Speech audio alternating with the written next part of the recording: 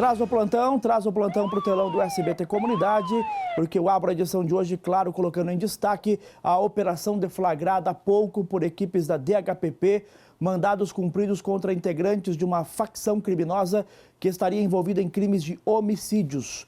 Uma das vítimas foi morta porque supostamente teria cometido um estupro. Vamos para a delegacia ao vivo conversar com o repórter Kaique Alves, que vai compartilhar com você a entrevista ao vivo com o delegado responsável pelas investigações. Vem para o telão, Kaique, todos os detalhes da operação com você. Bom dia, bom trabalho, bem-vindo. Bom dia para você, meu amigo Trindade, bom dia a todos que acompanham o SBT Comunidade. Pois é, a segunda fase da Operação Temis foi deflagrada na manhã de hoje pela Polícia Civil de Mato Grosso e tem como alvos aí uma organização criminosa, integrantes de uma organização criminosa envolvida na prática de crimes de homicídios. Hoje pela manhã, diversos mandados judiciais foram expedidos. E para conversar com a gente sobre esta operação e, claro, sobre este caso, já está aqui ao meu lado o delegado Ricardo Franco, responsável pelo caso. Delegado, quantos mandados ao todo foram cumpridos? Bom dia para o senhor. Bom dia a todos. Então, hoje deflagramos a operação para identificar os demais autores. Foram expedidos 8 ordens judiciais, entre 5 busca e apreensão e 3 prisões. Foi um inquérito que a gente está trabalhando desde 2021, porque o fato aconteceu em 2021, contra a vítima de 21 anos, lá no bairro Pedra 90.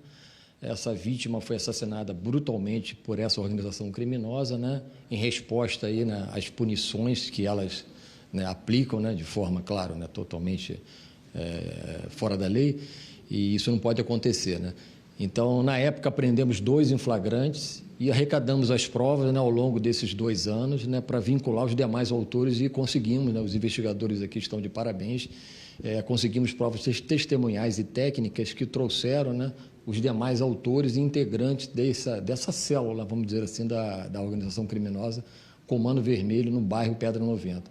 Então, fechamos o caso, ou seja, ao todo, esse crime que foi uma tortura contra uma pessoa e uma morte cruel contra a outra, foi praticado por 5 integrantes dessa organização criminosa, que envolve líder, disciplina, e etc. E o inquérito vinculou todos eles e hoje a gente está coroando o trabalho da investigação, e mandando uma resposta para a sociedade que crimes graves contra a vida, ainda mais praticado por essas facções, não pode ficar impune.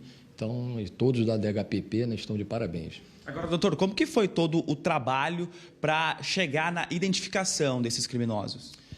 Então, o trabalho partiu do delegado, o colega, doutor Caio, na época, em 2021. 2 integrantes eram tornozelados e estavam no local do crime, um local ermo, que retiraram as vítimas de suas casas e levaram para esse tribunal do crime. E ali cometeram as torturas e vários disparos. E dali nós conseguimos prender, então, o delegado na época, com um trabalho brilhante, muito conhecido aqui, que é o doutor Caio, e tornozelado, e aí arrecadamos o celular deles. A justiça, naturalmente, pleiteamos pela quebra do sigilo, foi deferida, e dali identificamos justamente toda a organização e todo o planejamento do crime, e fomos ouvindo outras testemunhas na qual essas provas técnicas trouxeram, e aí teve o vínculo, teve justamente a confirmação da motivação, que estava lá na prova técnica, autorizada pela Justiça. Então, todas as circunstâncias, toda a autoria ficou bastante clara com esse caminho da investigação que agora está na fase final. Agora vamos entregar todos ao Poder Judiciário para a devida responsabilização penal e a sociedade ficar com esse sentimento da verdadeira justiça. Por isso o nome da Operação Temis, a deusa da justiça. Dá para se dizer que esses suspeitos que estão foragidos, algum deles, ou se não os 3, que o senhor falou ainda que ainda falta prender 3. Desses 3, estariam no momento do crime lá praticado na região do Pedra 90?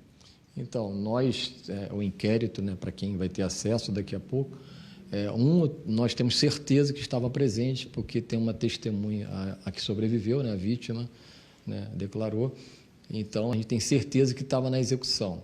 Então, acreditamos, fica difícil, né, a gente tem que interrogar na hora que tiver a captura, mas acreditamos ali que, no mínimo, 4, né, estavam presentes. E tem um que exerce uma liderança, né, inclusive, ele planejou, né, ele que colocou as fotos, ele que determinou, né, nós temos que fazer, nós temos que punir. Essa coisa, né, da organização criminosa pode ter sido o mandante, né? Então, assim, mas o que é mais importante, ficou evidenciada a hierarquia e a divisão de tarefas entre os 5, tanto que a gente ouve, né, o inquérito mostra, né, eu sou disciplina, não, chamo disciplina fulano de tal, para ajudar aqui a gente fazer essa justiça. E então ficou evidenciado toda essa cadeia de comando e ficou evidenciado, né, que todos eles participaram, né, desses 2 crimes, ou seja, tortura e homicídio qualificado. Então o trabalho ficou bastante técnico e bastante coeso, né, muito forte. Os 2 que foram presos na primeira fase da operação, eles permanecem ainda, né? Então, é importante essa pergunta, né? Os 2, eles foram presos, a gente, quer dizer, teve um inquérito, né? Indiciou, continuam, né? Estavam na preventiva, continuam presos até o momento, só que já foram pronunciados, né? E parece que em novembro, né? Segundo a promotoria, já vai ser o tribunal do júri. Agora, né? Daqui a 1 mês e pouco, eles estão passando justamente pelo tribunal para receber, né, a devida responsabilização penal. Agora, doutor, em relação a essa prática, né, do tribunal do crime, tem crescido, né, muito casos como este, né, dos próprios criminosos ali fazer o próprio tribunal e, claro, penalizar as pessoas, no caso aí, essa morte que aconteceu lá na região do Pedra 90, né? Então, exatamente, né, essa justiça pelas próprias mãos, né, essa coisa do passado, né, isso não existe numa sociedade, né, e ainda mais contra a vida, né. Quer dizer, entre essas organizações, às vezes tem briga entre duas organizações diferentes aqui, né, PCC, o Comando Vermelho domina, então acabam eles, né, cometendo crimes contra eles mesmos. Então isso é comum. Agora, o Tribunal do Crime, né, isso que a gente fala, esse salve, né, vou te mandar para o salve, então isso aí realmente choca a sociedade, né? É comum, né? A gente está trabalhando forte, né, nisso para dar um efeito preventivo, né? Porque realmente não pode, né, você ser condenado à margem da lei, né, enfim, sem direito à defesa, né? Porque a gente tem que ter a justiça para comprovar ter o direito ali da ampla defesa e ver realmente se os fatos aconteceram conforme falam, né? Então, essa situação, né, que aconteceu como exemplo, uma situação muito grave, né, porque será que essa pessoa que foi morta cometeu alguma falha de desvio, mesmo conforme, né, a organização diz que cometeu? Claro, se cometeu, vai ter a responsabilização. Mas pode ser até inocente, né? Esse é o problema, né? E a família fica aí numa situação, né, que realmente muito difícil. Então, a Polícia Civil, né, de todos os estados, né, aqui no Mato Grosso, né, está se estruturando cada dia que passa para combater, né, que é o principal crime, né, esse crime tão forte, né, praticado já por uma organização criminosa, né, tudo bem, voltado à prática de vários crimes patrimoniais, etc., graves, mas contra a vida ainda, aí fica muito difícil, a gente está empenhado a dar a resposta adequada. Ok, muito obrigado pelas informações. Doutor Ricardo falando com a equipe do SBT Comunidade. É importante ressaltar que a Polícia Civil de Mato Grosso ainda está em diligências para capturar os presos que ainda restam. Ou seja, está perto, está próximo da Polícia Civil aí capturar estes criminosos aqui. Claro, vão ser trazidos aqui para a delegacia para prestar os esclarecimentos da segunda fase da Operação Temis. É ao vivo, jornalismo ao vivo, setor de segurança pública movimentado aqui na capital hoje. Trindade, eu volto com você. Kaique, muito obrigado pelas informações. 11 horas e 15 minutos. Vem aqui para o estúdio que eu preciso comentar algo com você, telespectador do SBT Comunidade. Você pode estar aí em casa questionando o seguinte: Trindade, mas um dos assassinados, um dos executados desse tribunal seria um estuprador. Você vai chorar a morte de um estuprador? Jamais.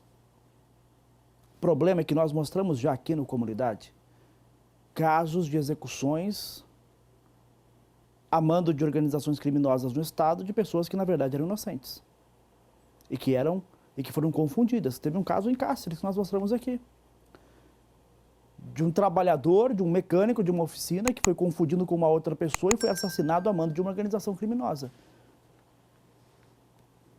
Em Diamantino também aconteceu o assassinato a mando de uma organização criminosa de um técnico agropecuário por engano. Lá em União do Sul, 4 trabalhadores que vieram do Maranhão também foram executados a mando de uma organização criminosa no Tribunal do Crime, nesse poder paralelo, e não eram eles que teriam praticado o crime que gerou a revolta da organização. Então não é possível existir poder paralelo em lugar nenhum, muito menos aqui em Mato Grosso. Por isso a importância dessa operação da Polícia Civil, para desarticular esses grupos que tentam implementar em algumas regiões do Estado o poder paralelo, o Tribunal do Crime.